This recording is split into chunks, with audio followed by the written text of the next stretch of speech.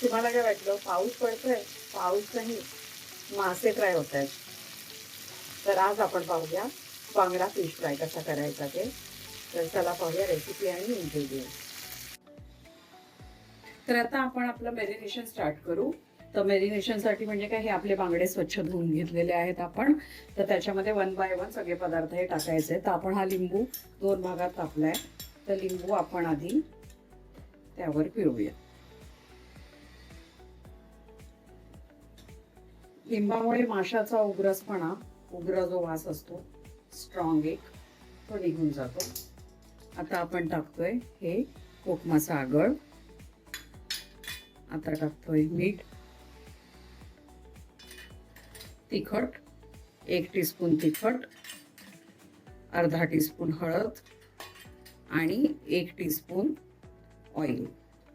आता हे सगळं माशाला व्यवस्थित लावून घ्यायचंय, कारण हे कोटिंग व्यवस्थित लागलं तरच ते छान मॅरिनेशन होईल माशाचं. की सगळ्या माशांच्या पीसेसला हे लागलं पाहिजे. तर हे बघा, हे आपण स्प्रेड केलंय सगळ्या माशांना व्यवस्थित. हे मॅरिनेशनचं सामग्री लागली आहे. तर आता आपण हे 10 मिनिटं झाकून ठेवून घेऊ.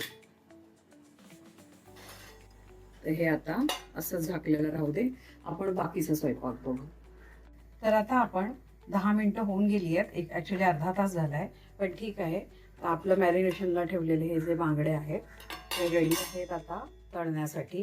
तर आपण पॅन ठेवला आहे गरम व्हायला आणि तेल लागेल आपल्याला. आणि हा मसाला मी चॅनलवर टाकलाही आहे की हे फिशला जे कोटिंग लागतं त्याचा मसाला आपण असा बॉटलमध्ये तयार करून कसा ठेवू शकतो, ते ह्याचं प्रमाण मी दिलंय.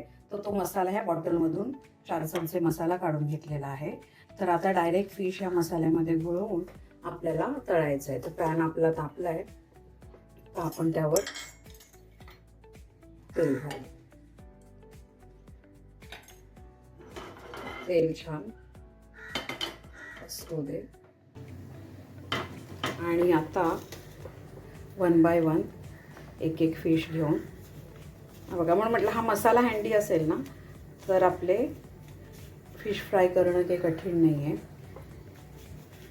की मॅरिनेशनला ठेवलेलं फिश डायरेक्ट ह्या मसाल्यामध्ये घोळवून, एक वरचं कोटिंग जितकं छान असेल तेवढं फिशला सुंदर चव येते आणि टेक्स्चर पण येतं बाहेरून. तर आता आपण हे बघा तेल तापलं आहे आपलं. तर आता हे फिश घोळवून हे असे 1 बाय 1 आपण रांगेत लावू.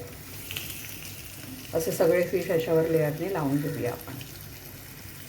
तर आता हे एका साईडने होत आलेत बांगडे. आपल्याला कळतं एक साईड अशी म्हणजे कडक व्हायला लागते. तर एक 3-4 मिनिटं झाली आहेत बांगडे ठेवून. तर आपण 1-2 स्पून घ्यायचे आणि स्पूनने हे असं हळूहळू प्रत्येक पीस परतायचा, म्हणजे मग दुसरी बाजू पण छान खरपूस तळली जाईल. आणि आता वरून थोडंसं तेल टाकायचं. आणि बांगडा असो किंवा कोणतीही मच्छी, ती छान तळल्याशिवाय त्याला चव त्याची एनहान्स नाही होत. तर हे आपण छान होऊ देत. गॅस तसाच ठेवून तेल घालू, खरपूसपणा येईल छान. आता हे बांगडे होऊ देत, या दुसऱ्या बाजूने पण होऊ दे. मग पुन्हा एकदा आपण पलटू. एक 5-1 मिनिटं लागतात बांगडा शिजायला. फ्रेंड्स, आता या साईडने सुद्धा आपले मासे दुसऱ्या साईडने पण झाले. तर आता आपण पुन्हा एकदा ते टर्न करू.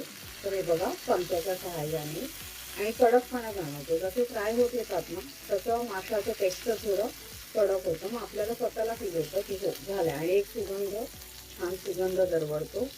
तर मासा झालाय असं समजायचं. मी म्हटलं ना 5-1 मिनिटं लागतात व्यवस्थित खरपूस मासा व्हायला. तर आता ही बाजू म्हणजे आता जे आपण पलटतोय ते एकदा पलटून झालं की 2 मिनिटात आपण बंद करायचं. किंवा मग दुसऱ्या बॅच जास्त मासे असतील तर दुसरा बॅच टाकायचा. तर हे आता मासे आपले बांगडा फ्राय रेडी.